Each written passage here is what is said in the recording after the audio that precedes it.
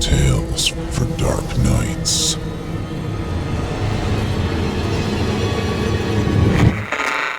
Want to make sure you never miss a Chilling Tales for Dark Nights video again? Be sure to subscribe and hit that bell to turn on notifications. The following program is a production of Chilling Entertainment and the creative team at Chilling Tales for Dark Nights, and a proud member of the Simply Scary Podcasts Network. Visit simplyscarypodcast.com to learn more about this and our other weekly storytelling programs, and become a patron today to show your support and get instant access to our extensive archive of downloadable ad-free tales of terror. Thank you for listening, and enjoy the show.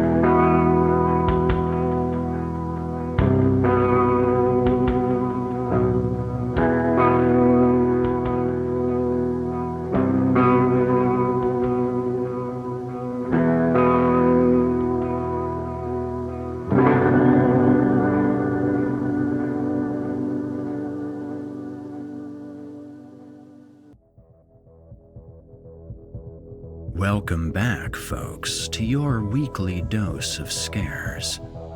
I'm Erik Peabody, your host, and we're starting to pick up steam with Season 8 of Horror Hill. Tonight, we have a dastardly double feature for you to enjoy. To start our evening, we'll be reading The Ballad of Mr. Budokai by Matt Martinek. This story opens with a situation that many of us can relate to: being a bored kid and realizing that your friends might just be a bad influence on you. Sure, some amount of childish mischief is to be expected from any scampering youth, but it turns out that some activities, and more specifically, some people, should be avoided at all costs. Following that, we'll have The Soul Cages by Richard C. Morgan. Mirroring our first story, this tale also involves a young lad, though his situation is very different. Our unnamed protagonist has traveled with his father to a strange seaside village called Perdition Ridge, at the suggestion of a stranger known only as the Fisherman. As his father works the docks, our hero notices increasingly strange events taking place around town. What is the secret of Perdition Ridge? Who is the Fisherman? And what fate is to befall our young narrator? Disclaimer: Horror Hill is a horror anthology podcast bringing you scary stories from all corners of the internet and beyond. As such, certain stories include content that some listeners might find offensive. Listener discretion is advised. You're listening to the standard edition of this program. If you'd like to show your support and enjoy ad-free versions of this and hundreds of tales from our audio archives dating back to 2012, visit chillingtalesfordarknights.com and click Patrons in the upper menu to sign up today and get instant access. Did I mention they're ad-free? Thank you for your support.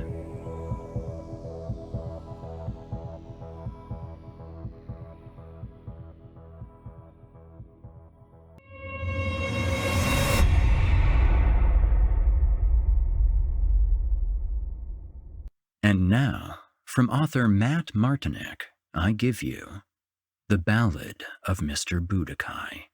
He seemed like the gentlest of creatures, almost like a cartoon mouse or an Asian Charlie Chaplin, complete with black bowler and cane. His gait was a little awkward, kind of a stutter step on the verge of severe drunkenness, with the cane saving him from the pavement at every curb or crosswalk. You would see this tiny fellow around town, clomping about, minding his own, always with a big smile, which always overshadowed his pencil-thin mustache. He was just one of those characters, the ones whose histories were created for them on the lips of bemused children or bored housewives. I had no issue with him, but my friends, they did. You know how kids are, especially kids in a group. They called us the Three Musketeers around town, as we were never seen alone. The group consisted of yours truly, Charlie, Ricky, and Dom, which was short for Dominic. Amongst the group, however, Dom was referred to as Dumb instead, which was funny because he was the smartest of the group. Kind of a nerd, really. I guess it's like calling a big fat motherfucker tiny or something like that. Dumb was also skinny as hell and had the reddest hair you could imagine. He always said he was Italian, but I don't know too many Italians with flaming red hair and freckles. The other kids would pick on him constantly, but Ricky and I always had his back. Ricky, on the other hand, he was dumb for real. He was held back in kindergarten and struggled ever since. But the girls loved him and always followed him around school.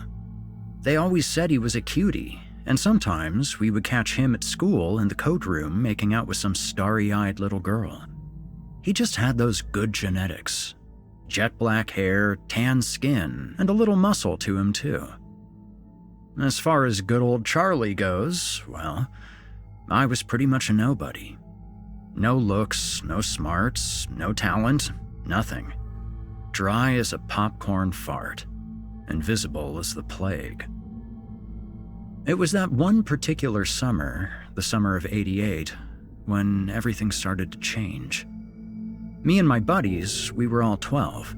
That weird puberty shit was kicking in and we were all getting moody as fuck. Every day felt like 1,000 degrees outside, and boredom was always the enemy. Unfortunately, in an attempt to ease their testosterone-fueled frustrations, my friends began to turn their attention to the town mystery, Mr. Budokai. It started innocently enough, with Ricky and Dumb making noises towards the man or flipping him off as we passed, but it progressed as the heat of the summer intensified. I was never one to pick on a person. It just didn't feel right. But, as they say, peer pressure is a bitch. So I followed, as a lamb to the slaughter. The act that pushed things over the edge took place at the fruit market downtown. We saw Mr. Budokai there nearly every Saturday, and Ricky told me they had a plan. I didn't like the sound of it one bit, and I tried to get them to go with me to see the new Freddy Krueger movie instead, but they just wouldn't have it. I tried to make up excuses why I couldn't go, but my friends knew me too well. "Oh, come on, Chuck. Why do you gotta be such a pussy about it? You got a hard-on for this weirdo or something?" Ricky had such a way with words, God love him. I was stuck. The night before the plan was supposed to take place, I thought at length about this mysterious fellow and all of the stories I'd heard about him. There were so many possibilities floating around. That he was retarded, that he was an ex-ninja, that he had bodies buried in his backyard, or that he might even be some sort of war hero from his native country. All bullshit, I was sure, but I just wished my friends hadn't taken an interest in harassing this person that we really knew nothing about. I even asked my parents what his deal was, and neither of them had the slightest clue. It seemed Mr. Budokai was a puzzle no one could solve. That Saturday started out with a lump in my throat because I was nervous as hell. I didn't know what was going to happen. My only hope was that Budokai would simply not show. Unlikely, but not impossible. My friends and I made it to the market around noon, and to my relief, our target was nowhere to be seen. I tried to speed up the process and suggested other dastardly things to do on such a beautiful sunny day, but Dumb just replied, "Don't worry, he'll be here. He's always here." So we waited and watched. Fate would have it no other way, it seemed. At around 1, we spotted the little fellow stumbling his way up the street about a block away. The largest smile grew upon Ricky's face, and he walked away from us into the vendors' stands. "Where the hell is he going?" I asked. Dumb replied, "To get ammunition, of course. It's gotta get messy." I watched Ricky as he bought a bunch of tomatoes, put them into a plastic bag, and quickly made his way back to us, grinning uncontrollably. Fuck. So this was their plan. Everything seemed to be in slow motion as Mr. Budokai neared the market, step by step, heartbeat by heartbeat. Ricky and Dumb each took a few tomatoes as they perched behind one of the stands, like snipers in wait. I stayed a few steps behind. I wanted no part of it. Even at that moment, I didn't think Ricky or Dumb had enough balls to go through with it. Just as that thought entered my head, Ricky yelled, "Hey Budokai, you weird little fuck! Check this out!" A tomato sailed through the air as Budokai froze in mid-step and spotted the little red orb coming for him. Sploosh. Right on his black vest it smashed, as everyone at the market looked in his direction. The man made eye contact with us, but his smile never wavered, which I thought was the strangest thing. That singular tomato opened up the floodgates as Ricky and Dumb pelted the man with more and more. The tomato's entrails engulfed this poor man, and everyone started to laugh. Dumb motioned to me and yelled, "Come on, you pussy!" I wanted to walk away, but I couldn't.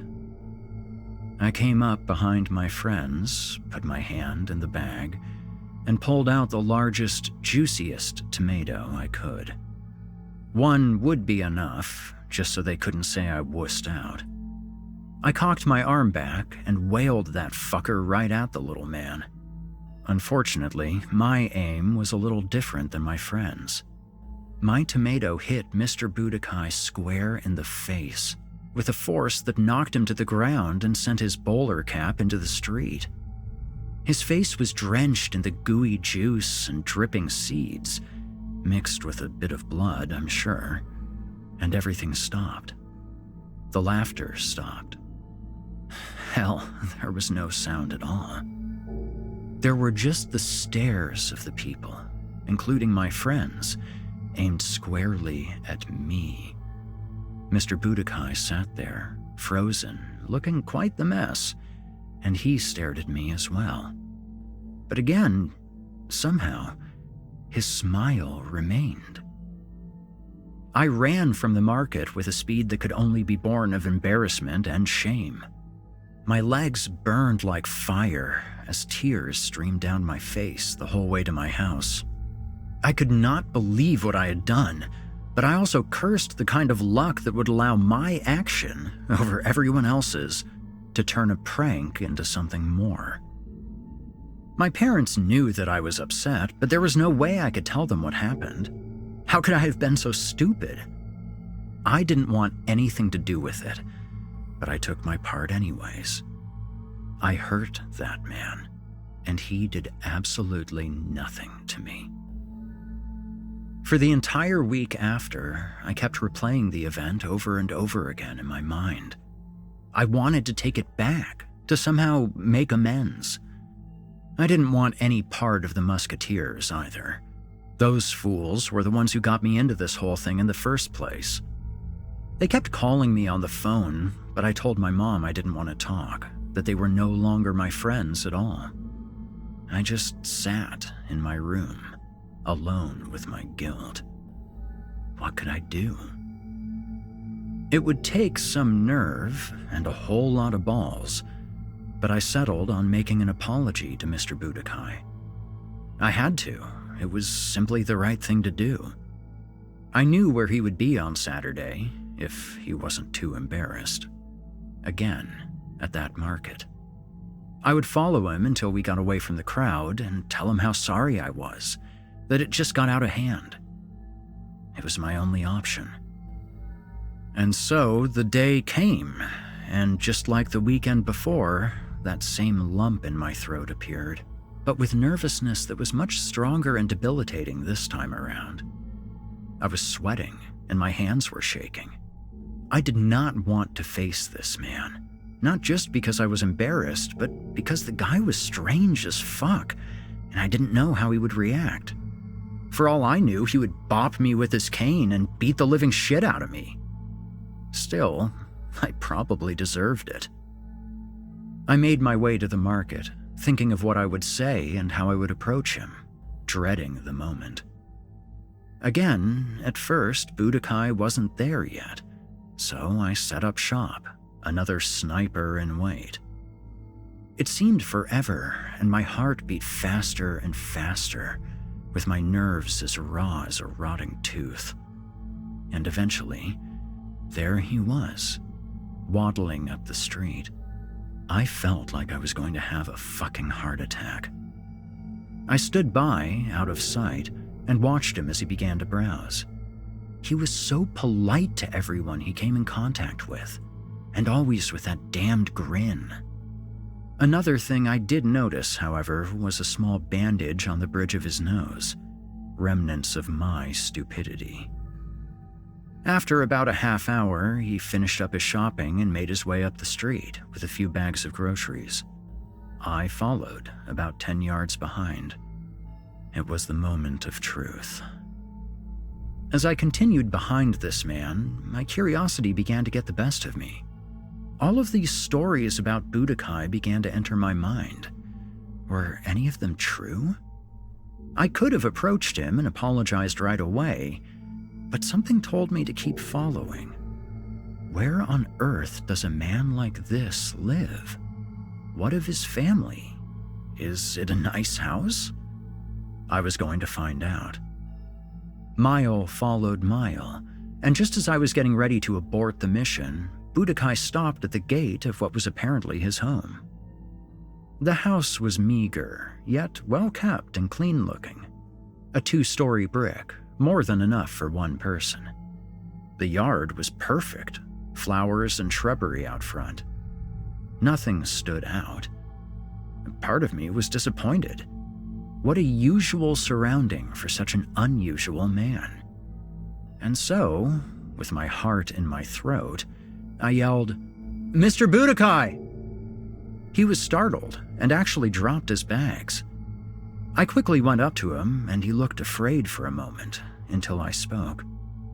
"I'm Charlie, and I'm that idiot who hit you with that tomato last week. It was a stupid prank, and I just wanted to say that I'm sorry. I was going along with my friends, and things just got out of hand." I was relieved to get this off of my chest. I waited for what seemed a lifetime for some type of response as he just stared at me confusedly. But then it came. "Ah, Charlie! Apology accepted. Believe it or not, I was that age once too. I have to say, you cut me up pretty good on the nose here." He pointed at his bandage. His accent was nearly non-existent, but you could still tell he wasn't born in the States. "I'm sorry, sir. I guess my aim was a little off," I retorted. "Oh no, I'd say it was dead on." Budokai laughed, as did I. "Do me a favor, my son. Make an old man happy. Come inside and have some tea with me?" He seemed so genuine with his words. I smiled at the old man, picked up his bags, and followed him inside. There was a warmth about Mr. Budokai. It felt like I was talking with my grandfather. So there we sat, at Mr. Budokai's kitchen table, sipping tea and talking about everything and anything. He was one of the nicest men I had ever talked to. He had a sense of humor, too, which is rare for an older fellow. I was glad that things had gone so well. I have to say, you always seem so happy. You always have that smile on your face. Even when my friends and I were making fun of you, you still smiled at us. How do you keep your cool? I had to know his secret. Oh, Charlie, don't mistake the smile for happiness. I simply smile because I can't frown. You see, back in the war, all those years ago, I was shot in the neck and the bullet destroyed some nerves. The damage was quite severe. It entered at the neck and lodged into my face. Now, my smile cannot be wiped off. A tear fell down the man's cheek as he said this. My eyes redirected to his neck as I did spot the remnants of a scar. Apparently, he had seen battle, like some of the stories I had heard about him. But don't fret. I did my duty, and I do have my share of medals and trophies. Budokai's eyes gleamed as he spoke of his victories. I must show you, Charlie. Come see what I've done. I have it all set up. Budokai had already started for the stairs, and I must admit, I was intrigued. I followed my new friend up the stairs, but as I began to climb, I noticed a peculiar scent, almost like a piece of rotten food that was forgotten about. Mr. Budokai climbed the stairs excitedly, almost to the point of perfect health. The cane no longer seemed necessary. At the top of the stairs, he showed me into his bedroom. Everything was neat and tidy, unlike the conditions your regular bachelor would keep.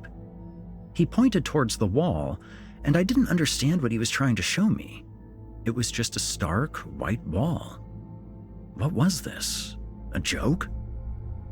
Mr. Budokai slid his fingers around the left side of the wall, and I heard a barely audible click. As he was doing this, I noticed the scent of rot growing, almost burning my nostrils. I was becoming more than uneasy. Something was wrong. He slid the facade of the wall aside, and I could not believe what I saw. Lined up in 2 rows on shelves resided 6 shrunken, mummified heads.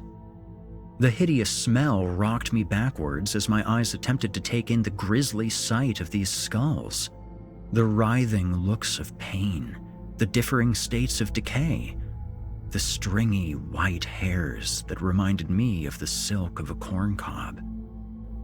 I believe I was screaming, but I don't know for sure, as it was also very surreal. As I attempted to get my bearings, I noticed the shelving underneath the heads, 6 matching pairs of shriveled, twisted hands. See, Charlie? My trophies! These men were great, but I was greater. And look, I have some recent additions. Mr. Budokai gestured towards the corner of this hidden room, where I saw my friends.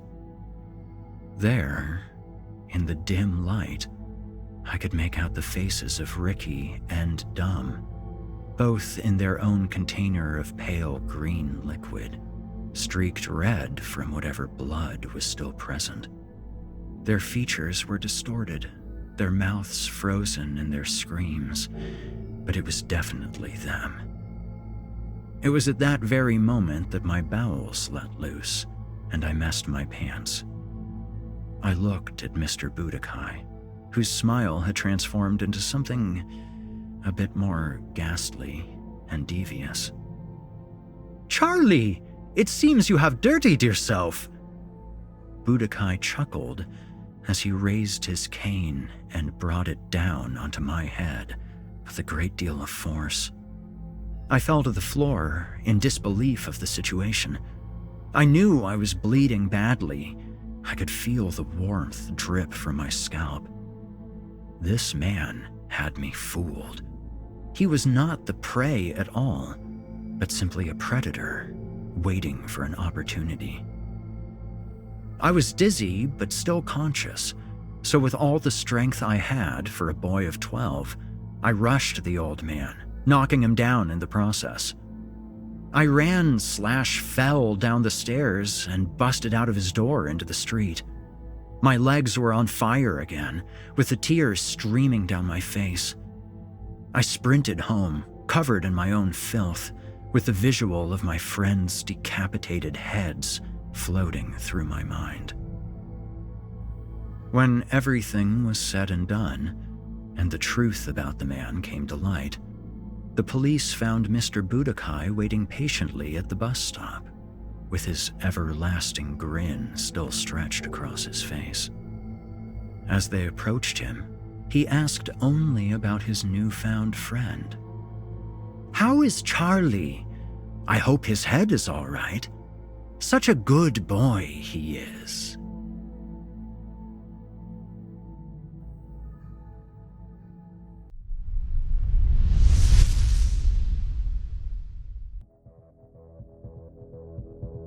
You've been listening to The Ballad of Mr. Budokai by Matt Martinek.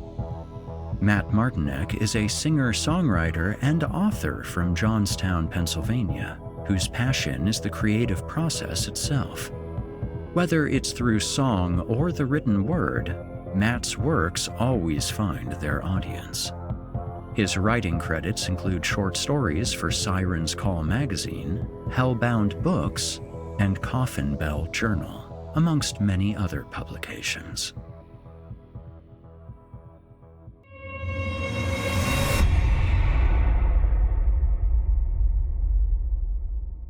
And now, from author Richard C. Morgan, I give you The Soul Cages.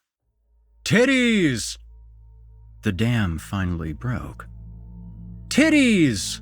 echoed the mouths of nearly 100 broken-toothed and missing-toothed, bewhiskered shipyard workers.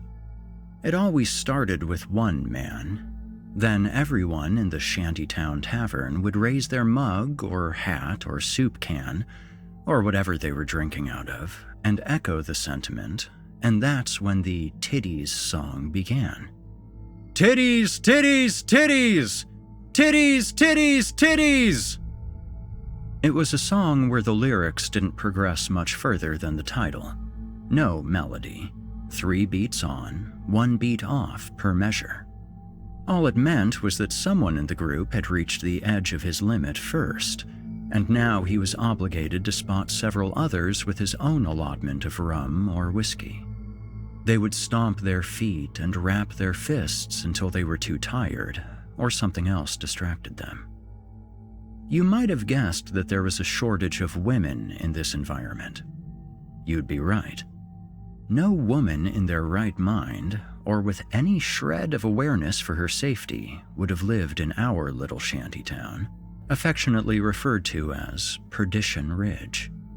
It was barely safe enough for children, like me. Our little ramshackle huts of cinder blocks, corrugated tin, and wooden pallets lined the shore like the barnacles on the ships. More often than not, we were walled in by a skybox of fog that made our little place feel infinite and isolated, cordoned off in its own little netherworld. Things were fairly predictable after the Titties song burst out. With someone else doling out the precious supply of liquor, others got careless about hitting their own limits. Then, whoever didn't pass out would go home to their own nests of rubbish. My old man never quite blacked out. He always managed to drag himself home to me, where I pretended to be asleep. All too often he would step on me, and I would do my best not to cry out. He'd slur the Titties song a couple of times in defiance of the others, and, I'm sure, out of a measure of longing to go back home. I mean, home. I didn't remember much about our real home. I remembered that it was warm, lights were brighter. It wasn't damp and miserable, and I wasn't always getting sick. I kind of remembered Mother. When she talked to me, her voice was soft and soothing, not so much when she talked to Father. I barely remember the beach that she would walk along. She would take me with her. Her and Father yelled at each other a lot, so we ended up on the beach more often. It had this pale sand that was almost white and soft enough to sleep on. That's all I've got. I didn't remember hearing her say that she loved me and that we would see each other again someday, but I tried to convince myself that she had, and I just forgot. The only thing that I had left of her was a small drawstring bag full of that pale sand. I kept it inside of a small lockbox I found on the shore, which, in turn, I kept under a couple of loose floorboards. It was the only way to keep them safe from Father. It was the only way to keep anything safe from Father. Once in a while, I could get Father to talk to me. It wasn't often, so I would bullet him with as many questions as he could handle before he got annoyed. Where was Mommy? When could we go see her? Why did everyone but him wear just one glove? How did we get here? The only question he would ever answer with any clarity was, how did we get here? Everyone in town had been invited by the fisherman. That's how he had introduced himself. He never gave a proper name. He just showed up one day shortly after Mommy had given birth to me. A strange character that wore a wide-brimmed hat studded with hooks and a long, flowing raincoat that was more like a robe than anything else. He carried a long walking stick carved from rotten driftwood that curled up, and above his head where a small glass lantern hung. He showed up asking for Father by name, asked him how things were going for him and his nice young family. Father explained that things weren't going very well at all, which seemed to be what the fisherman had been expecting to hear.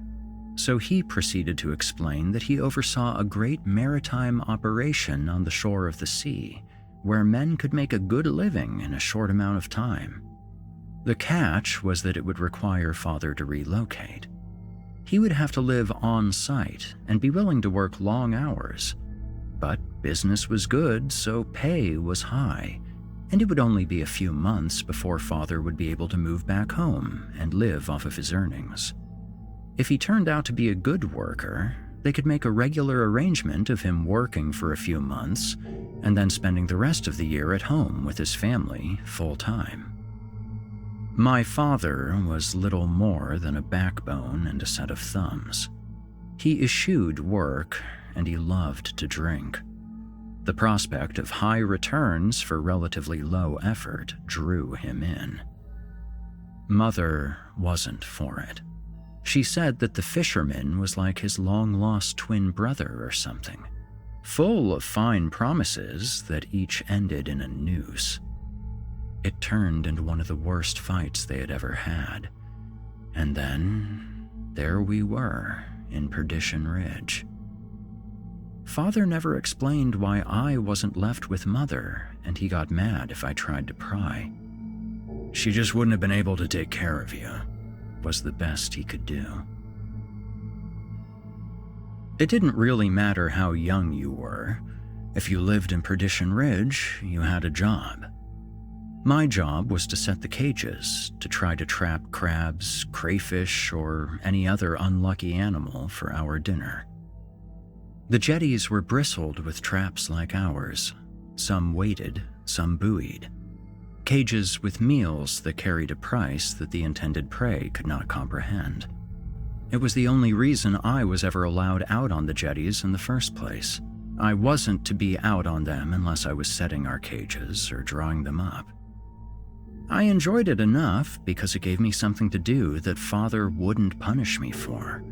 But most of all, I wanted to catch a glimpse of Father at work. I wanted to be there when one of the ships passed close by, and there he would be, and I would wave at him and feel proud, and he would do the same.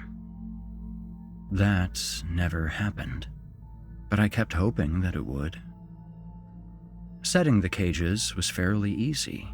You load a mesh bag with salted herring or haddock, place it inside the cage, drop it down, and just wait. It was another ordinary day when I was setting the bait that I really started to pay attention to what I was doing. The cage was nothing to the bait.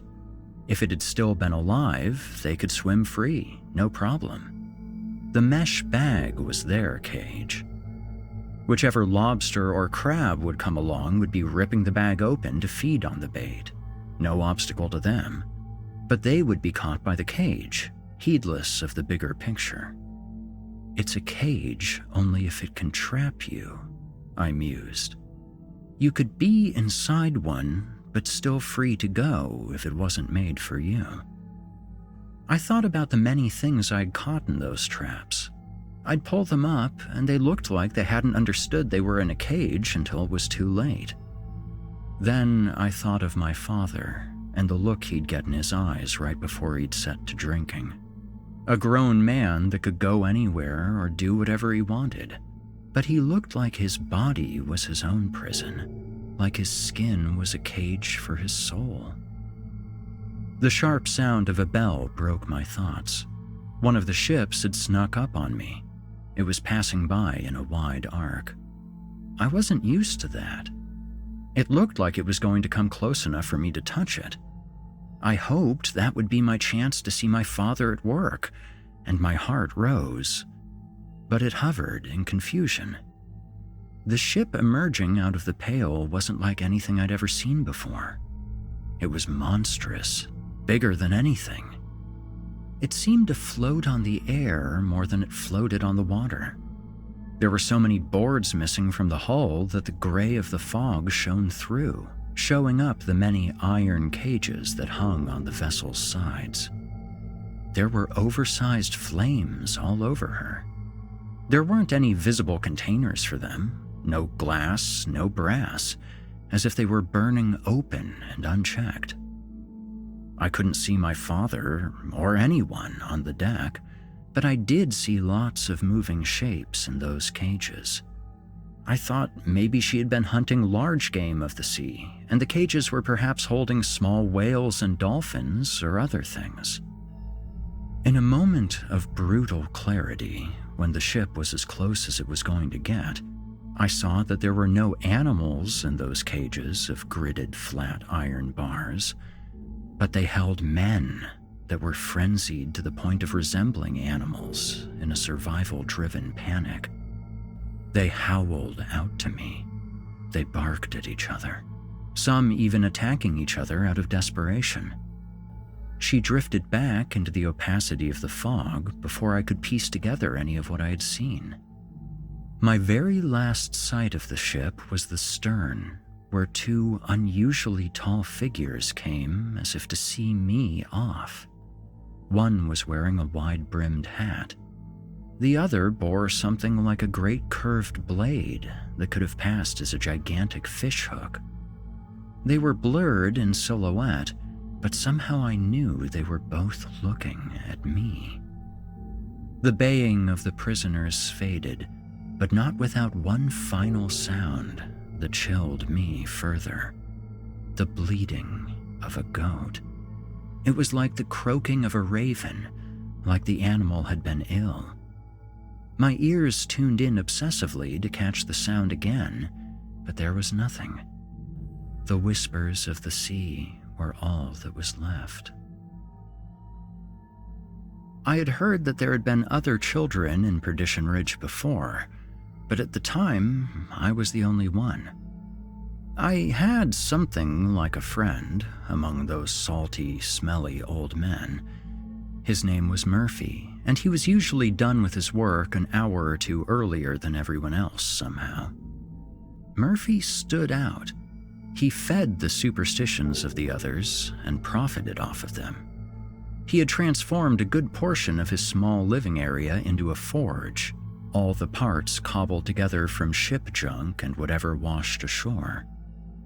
His specialty was glass. If you brought him sand, and it had to be sand from someplace important, like where you fell in love or the site of a fellow worker's demise, he could melt it and shape it into a talisman or a charm. All of his clientele were simple drunkards, so they didn't question how or why anything he made had any power. All too often, he was called upon to craft glass eyes for men who would lose an organ of sight to either injury or infection. He himself had a glass eye, and it was an effective advertisement for his services, but I often wondered if he had actually been the one that made it. Each eye he made was as close as possible to the remaining eye of the customer. The one he wore had a bizarre shape to the pupil, one that I hadn't seen since my briefest sight of a goat on Grandpa's farm. That hourglass shape that I heard an octopus's eyes had as well. Besides the shape, the color was far off too. It was like something stolen from a sea demon. He was willing to have me around and talk to me for a short while before Father would be in.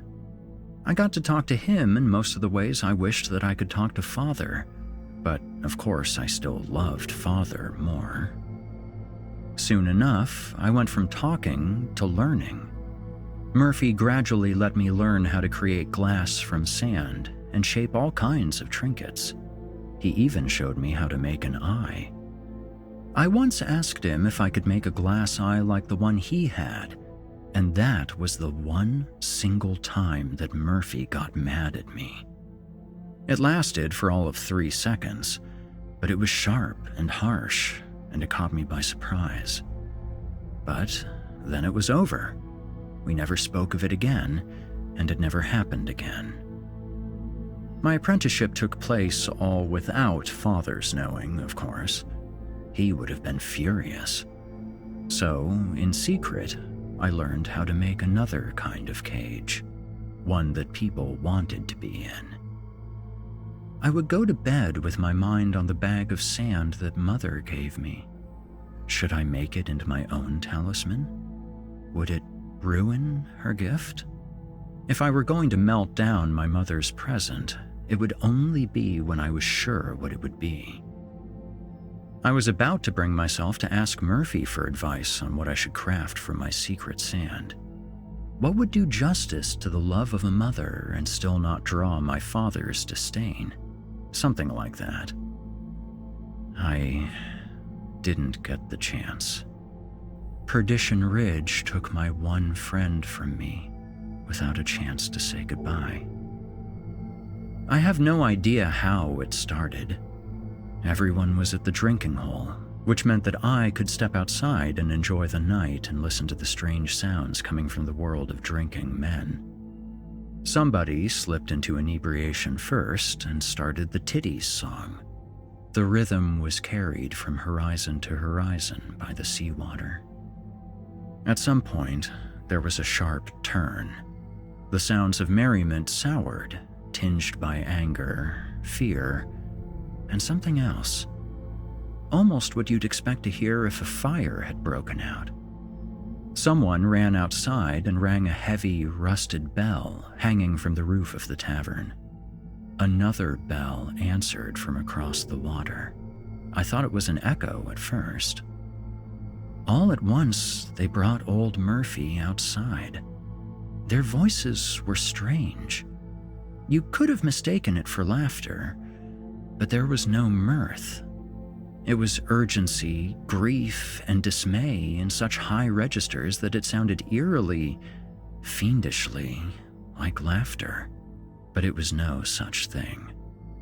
One and all, to the extent that their various states of inebriation allowed, they pushed, pulled, and dragged Murphy, whose voice was an amorphous howl of protest. But the peal of that strange bell only grew. The burning ship winked into sight from the murk of the night. Yes, the same ship I had seen while setting the cages. It came as close as it could to the shore without running aground. The mob surrounded the jetty and pushed Murphy out onto it. He nearly tumbled into the water. A shadow in the mist emerged with the light of a single ember that seemed to project itself for miles. It was a tall, towering figure riding in a smaller boat. Seabirds of some unnatural species clung to the smaller vessel and circled above it. The whole of the thing was moving too rapidly for a vessel that was neither driven by sail or pushed by oars. As it drew close, it became clear that it was being pulled by something else. There were men caught up inside a fishing net nailed to the hull of the ship. They swam as best as they could in the cramped quarters of the cords. Flailing, struggling to stay above water, their movements both keeping their heads above the surface and driving the ship forward. You could see the life leaving Murphy's body when he saw the foul boat coming near. The tall shadow stepped from the ship to the jetty. It might have seemed less tall if it weren't for all the skeletal birds that perched all over it. There was just enough visibility, just enough clarity of the air and sharpness of my perception to descry that the shadow was not just another grim reaper figure. It was something far worse. The birds weren't sticking around because they were official envoys. The thing wore a living, writhing coat of something that twitched and wrenched and squirmed like a giant squid caught in a web of hooks. Dark spots on the weird garment became mouths and nostrils, and, yes, eyes. The birds jabbed and plucked at any such eyes that dared to open. My overcharged brain thought I could hear the gaping mouths trying to scream, with whispers that mingled with the ill wind of the sea. Then there was the hook. It was big enough to be a curved sword. It may have been the thing's hand, I couldn't tell, but it hung in the air like a cobra gathering itself for a strike. The thing glided towards Murphy, who was at that point squealing like a pig. He bounced off a few of the mob that were just brave enough to push him back towards the attacker before shrinking back. Despite being rusty and barnacled, and there being no sunlight, the monstrous implement flashed in its swing. It lodged somewhere between Murphy's neck and his shoulder. Murphy was pulled backwards into the embrace of the monster. The great hook became alive with subtle, even graceful and surgical movements. The birds formed a towering cyclone above the shadow as their voices fought for space with the sounds of ripping and tearing. Murphy's screams became ragged, then became gurgles. A pile of something loose sloughed onto the jetty, which the birds zeroed in on. The struggling shape that had been Murphy was somehow a size smaller, and its movements were more frenzied. Its screams were an unnatural octave higher. The towering shadow casually opened the net that held the other flailing bodies and tossed Murphy inside. As soon as he made contact with the salty water, Murphy's former shape made gyrations and squeals that shouldn't have been possible. The towering monster then shooed the birds away from the grisly pile and slung it over its shoulder, got aboard the boat, and left. The phantom boat disappeared from view, but it was a long time before the mob dared to turn their backs on the fog. Father stumbled in and made his way to bed, chanting, "Titties, titties, titties," like usual. Except this time, it was like he was trying to forget something. I wanted to ask about Murphy, but somehow I knew that I shouldn't. Some days later, I awoke to the sound of something that didn't belong on the shore. I'd been dreaming about being on Grandpa's farm again, and I wondered if I were somehow still dreaming. I cast a cautious glance at the unconscious shape of my father, who was still snoring away, before I dared to go outside. There was a goat. I had heard its soft baas drifting through our window. It was a different sort of animal. The coat was rugged, coarse, and the color of dusty coal. Its eyes were bright amber. Most startling of all were its horns. They were like calcified tentacles that twisted and snaked. It lifted its head to look at me as it chewed, but I couldn't have imagined what it had found to eat along our barren little strip of hell. Even as far as the palate of goats go, there wasn't much to choose from. It bobbed its nose at me, which I took as a sign of friendliness. It had been so long since I had been in the company of a farm animal that I couldn't resist. I reached out to pet it, and it let me. My careful rubs became scratches on its cheek. When I rubbed its chin, it spit up something into my hand. I would have recoiled in disgust if I hadn't understood right away what I was seeing. It was a glass eye. More precisely, it was Murphy's glass eye. I looked at the goat in shock. Its response? It opened another eye. A third eye, directly in its forehead. Instead of being amber like its other two, this one was red as blood in the sunlight. Then there was a pink slit in its throat, as if cut with invisible fishing line. The opening oozed something watery and pink as it moved to articulate whispered words. "Guard it well, as you would guard your soul." I scarcely had enough time to comprehend these instructions before there was a sharp cry behind me.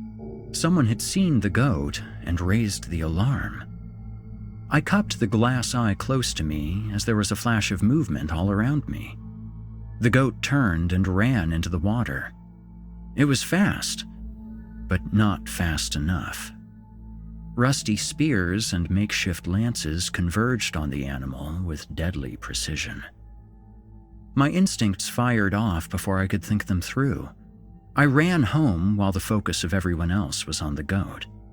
Father was still sawing logs, so I lifted the floorboards of my secret chest as best as I could with shaking hands and put the eye away.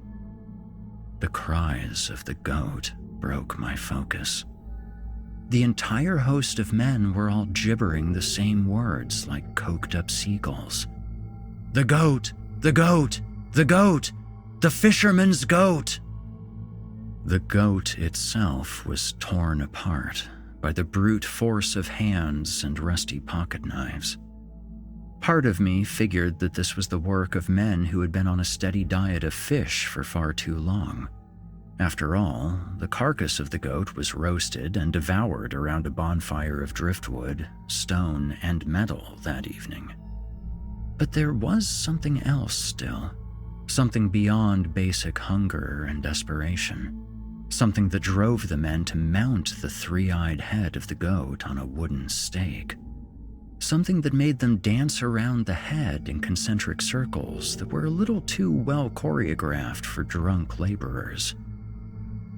I was hunkered down in our shelter, trying to watch the whole thing from a distance, but Father burst through the door, sending it sailing across the room. He grabbed me with brute force and a deranged giggle and dragged me outside to the cyclone of intoxicated brutes. The light of orange flames glistened on the flab of salty, sweaty bodies as they gyrated around the goat's head that wasn't much more than a shadow against the evening sky. "Dance!" Father yelled at me. "Dance, you son of a bitch!"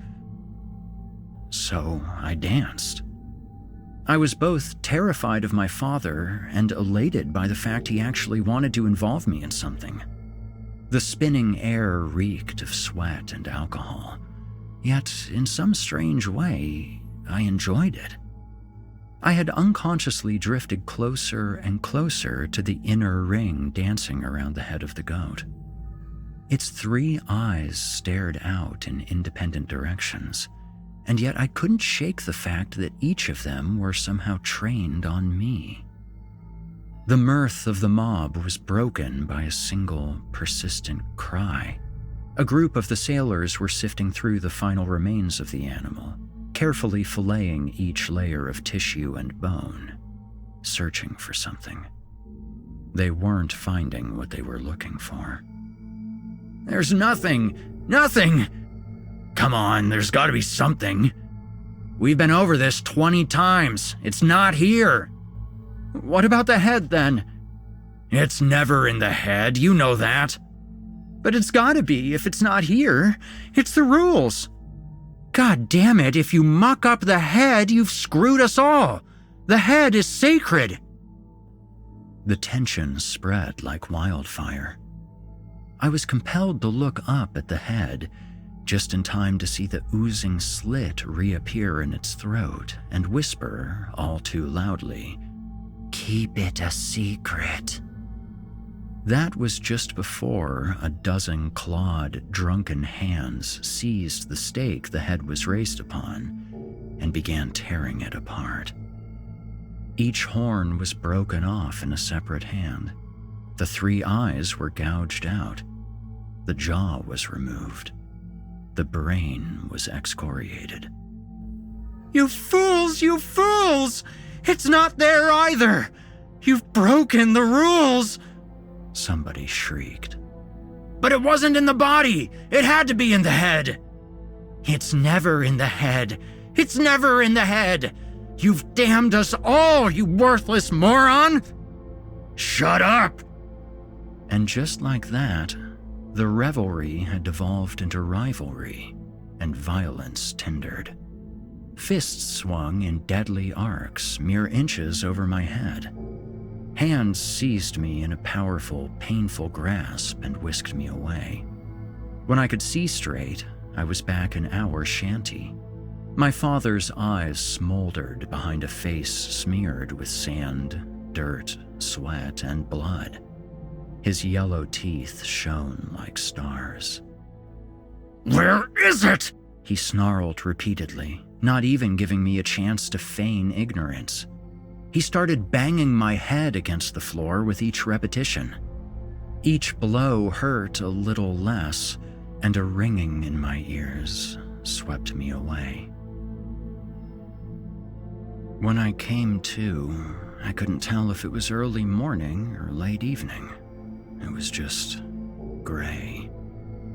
Father was nowhere in sight. My head was pounding. The sound of seabirds drifted into my ears. Something about it wasn't quite right. We didn't get regular visits from seabirds unless there was something rotting on the shore.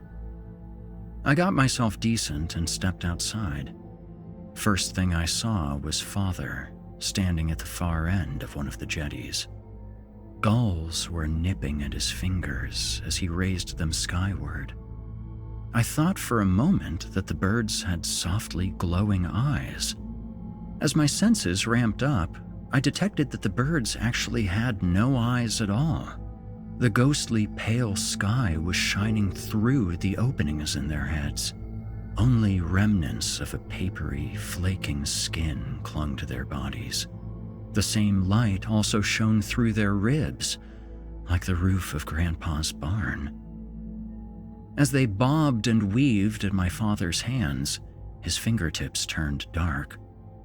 One of the ghoulish things dove again, and one of the dark fingertips was suddenly a fiendish white.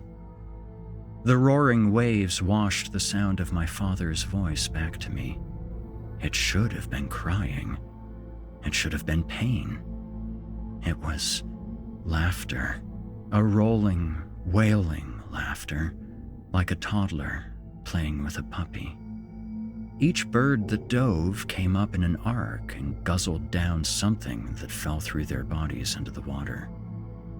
One by one, they dove faster, turned more sharply, their feeding becoming so fevered that they reached a point that their papery skin was flaking off and drifting away on the sea wind. Father laughed harder, or cried harder. I watched until he was reaching up to them with a hand of gleaming bone, the birds frustrated in their efforts to find any more flesh. I pretended to be asleep when he came back inside. I was terrified that he would hear my heartbeat thrumming through the loose floorboards. I couldn't resist trying to catch a glimpse of his hand. He kept it hidden.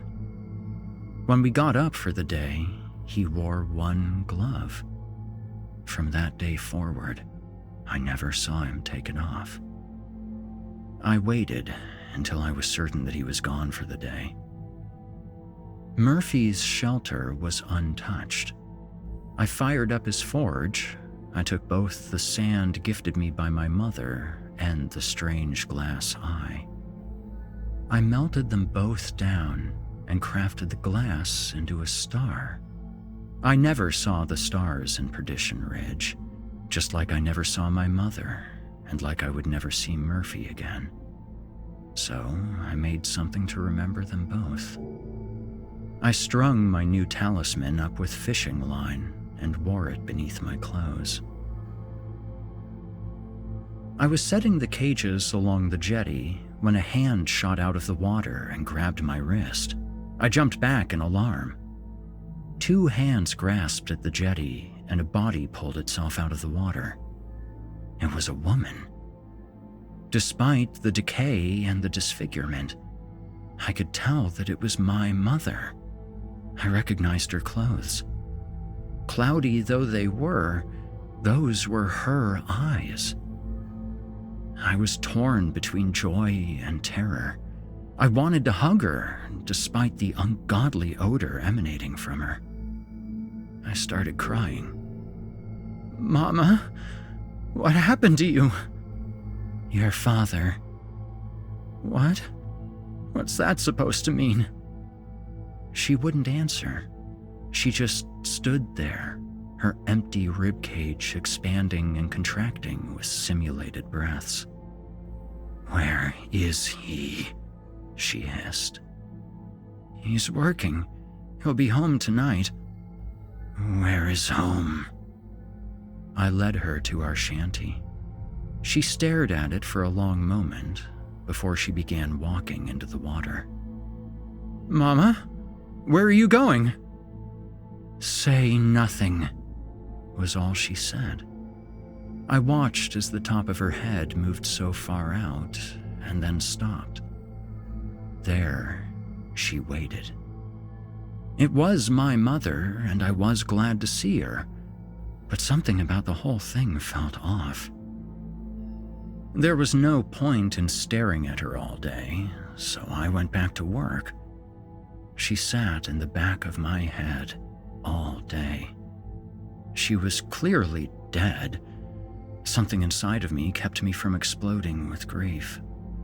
It was somehow caged up inside of me, away from my heart, so I could keep going through the motions of working. And that's what I did.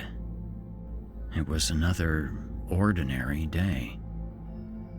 Father stayed out late, drinking. He came home slurring the Titties song. He didn't ask about Mother, and I didn't tell him, though I really wanted to. Was she going to live with us now? Was she just here to say goodbye? I thought about her until I fell asleep.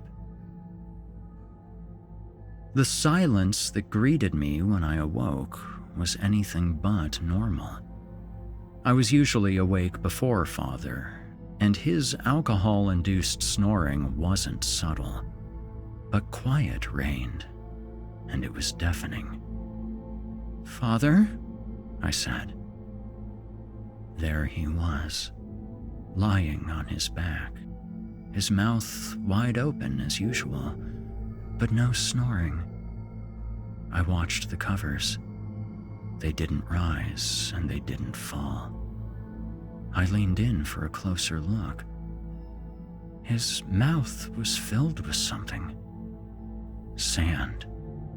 Pale sand. My hand flew to my talisman. It was gone. The fishing line was still there, but the glass that I had lovingly crafted was gone. "May I come in?" boomed a bone-rattling voice. Ducking into our shanty was the fisherman. He was way too tall for our shelter. Any words that I had died in my throat. Shadows seemed to hug him, and they wrapped around his face under his wide-brimmed hat. "I apologize for all the trouble, young man, but you have something that belongs to me." He walked over to the bed, shoved his fingers into Father's mouth, and dug something out of the pile of sand. It was the fiendish glass eye I had melted down. "Something interesting always happens when this gets away from me. I'll leave you to your work." "My work? I'm not one of your workers," I said. The fisherman frowned. "I don't have a contract with you, do I? Oh, mercy, no. No, you were here with this gentleman. I see.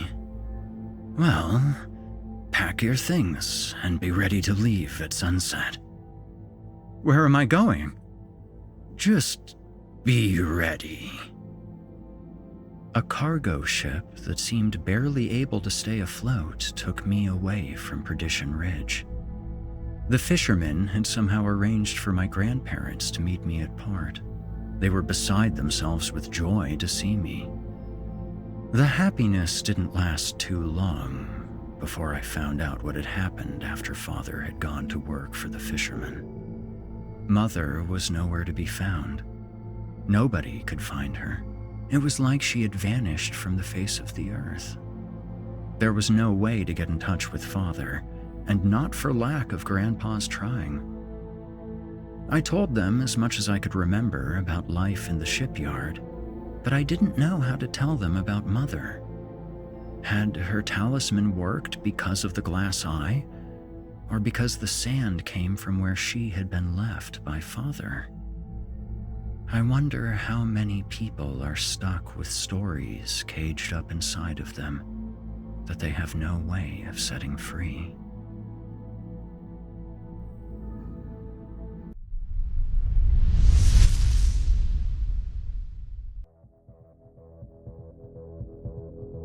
You've been listening to The Soul Cages by Richard C. Morgan.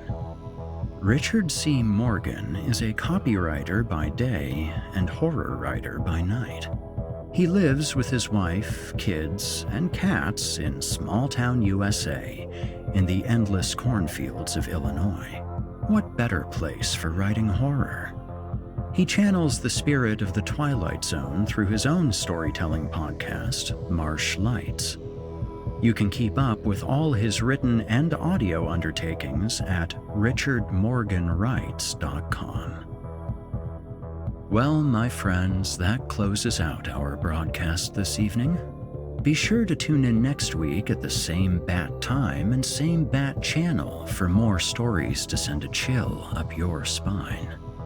In the meantime, if you're looking for more horror content to spice up your week, I recommend checking out the Chilling Tales for Dark Nights YouTube channel. There, you'll find a ton of past episodes of Horror Hill, as well as Drew Blood's Fear from the Heartland, Otis Giri's Scary Stories Told in the Dark, and more. Until next week, listeners, stay spooky. If you enjoyed what you've heard on today's program, please take a moment to stop by our iTunes page or wherever else you listen to your favorite podcasts and leave us a 5-star review and a kind word. It makes a huge difference and would mean a lot to me. If you'd like to hear a premium, ad-free edition of tonight's and all of our other episodes, visit chillingtalesfordarknights.com and click the Patrons link in the menu at the top of the screen, where you can become a patron for as little as $5 per month and get access to our entire audio archive dating back to 2012. including past episodes of this program, all of our other shows, and hundreds of standalone releases, all of them ad-free and available to download or stream. Thanks so much for your time and for giving our sponsors a try today. When you support our sponsors, you help support this show, and that means a lot to me. If you happen to use Facebook, Twitter, Instagram, or YouTube, you can follow and subscribe to Chilling Tales for Dark Nights there, where you'll get all of our latest updates and new releases, and have the chance to interact with us each and every week. As for me personally, you can find me on Facebook, Twitter, and YouTube, username Viking Guitar, and also on Instagram as Viking Guitar Productions. In particular, if you're looking for someone to provide voice work for your own project, or are in need of audio production of any sort, it would be wonderful to chat. Until next week, listener, when we meet up once again atop the horror hill for yet another dance with darkness, I bid you good night. Sleep tight, listener. And if you hear scratching at your door, don't open it. The darkness may have found you, but it's up to you to let it in.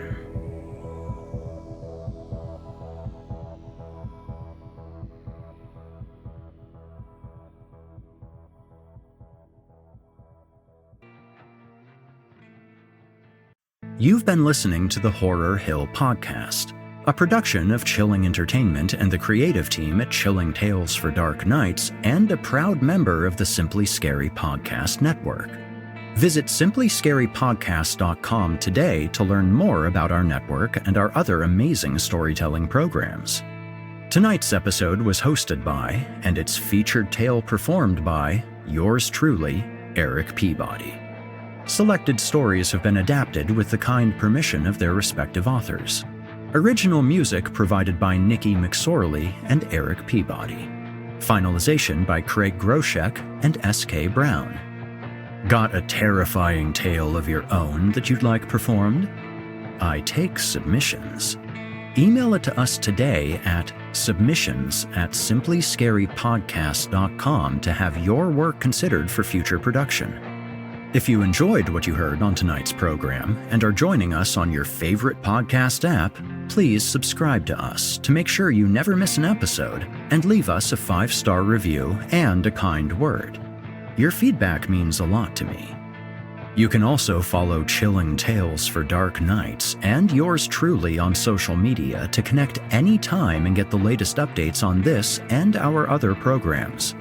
If you're listening on the Chilling Tales for Dark Nights YouTube channel, do us a favor and hit the subscribe button and the bell notification icon as well to get more spooky tales from me and the crew and another episode of this program each and every week. And don't forget to hit the thumbs up button to let us know how we're doing and leave us a kind comment. Lastly, don't forget to visit us at chillingtalesfordarknights.com and consider supporting the team by becoming a patron. In addition to helping us out, you'll get exclusive access to our audio archives and ad-free downloads of all of your favorite stories, including those you've heard on this program. As for me, you can hear more of my work on the Chilling Tales for Dark Nights podcast. However, I will be back next week with more terrifying tales to keep you up all night.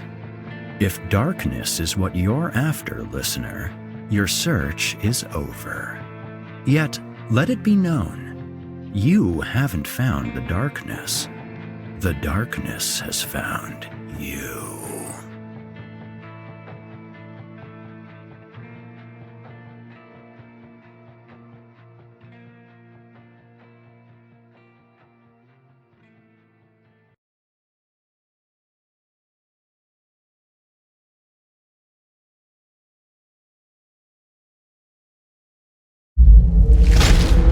Chilling Tales for Dark Nights.